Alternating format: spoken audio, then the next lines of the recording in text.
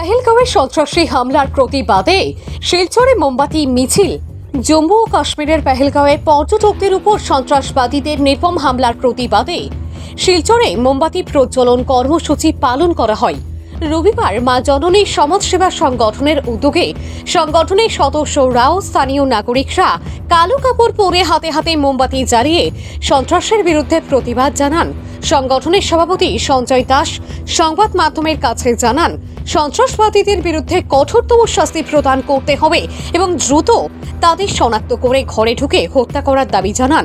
পাশাপাশি তিনি নিহত পর্যটকদের প্রতি শ্রদ্ধা জ্ঞাপন করেন এবং ভবিষ্যতে এ ধরনের নৃশংস ঘটনার পুনরাবৃত্তি রোধে সন্ত্রাসবাদীদের জন্য কঠোর দৃষ্টান্তমূলক শাস্তির দাবি তোলেন।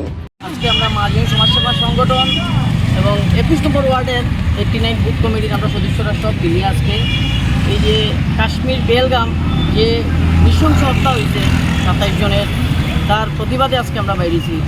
আমরা পাকিস্তানকে হুঁশিয়ার করতে চাই যে এইভাবে তারা যেভাবে আমরা এই 27 জনকে মারছে, এটার বদলা তো আমরা মোদী সরকারে দিবা। আমরা বিশ্বাস আছে, আমরা আর্মির উপরে, আমরা সরকারের উপরে বিশ্বাস আছে, কিন্তু আমরা হুঁশিয়ার দিতে চাই যে আগামী দিনে এরকম যাতে তারা চিন্তাধারা না করে, নাইলে তারা নিস্তনাবুদ থাকতো না। আমরা চাই যে আমরা শান্তি শৃঙ্খলা বজায় রেখে চলতাম।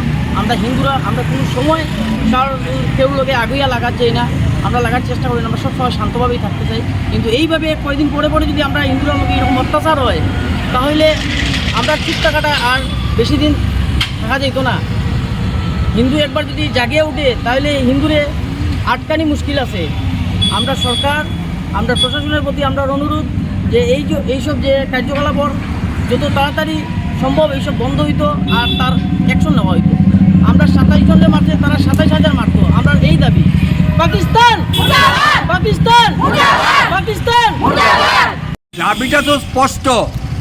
এইভাবে নৃশংস হত্যা যেখানে হয়েছে, নৃশংস হত্যা লীলা, হিন্দুদেরকে নাম করে করে হত্যা লীলা যেটা হয়েছে, আমরা তার প্রতিশোধ চাই। যে অঞ্চল থেকে সেইটা সুরসুরি দিয়ে করানো হয়েছে, সেই রাষ্ট্র পাকিস্তান রাষ্ট্রের আমরা ধ্বংস চাই। পাকিস্তান রাষ্ট্রের ধ্বংস চাই আমরা, কারণ পাকিস্তান যতদিন এক্সিস্টেন্স থাকবে ততদিন এই ধরনের ইসলামিক সংগঠনগুলো এই ধরনের সংগঠন, এই পাকিস্তানের এই ধরনের সংগঠন ক্রিয়াকলাপ সব সময় চলবে। কারণ তারা স্পষ্টত সেই দিন জেনারেল মুনির বলেছে ওপেনলি, আমরা টু নেশন থিওরির উপরে আমরা রাষ্ট্র বিভাজিত, আমরা মুসলমান, আমরা পাকিস্তানের থ্রেটেনিং দিয়েছে ভারতবর্ষকে। এই তো আর পাকিস্তানের প্রধানমন্ত্রী থেকে শুরু করে সবাই তার সেই ভাষণে করতালি দিয়েছেন। অর্থাৎ পাকিস্তান জনগণ বুঝাতে চায়, পাকিস্তান সরকার বুঝাতে চায়, আমরা হিন্দুদেরকে কখনো আমরা ছাড়ব না। আমরা হিন্দুরা কোনো সময়েই আমরা আগ বাড়িয়ে কোনো হত্যালীলা করতে যায় না, আক্রমণ করে না।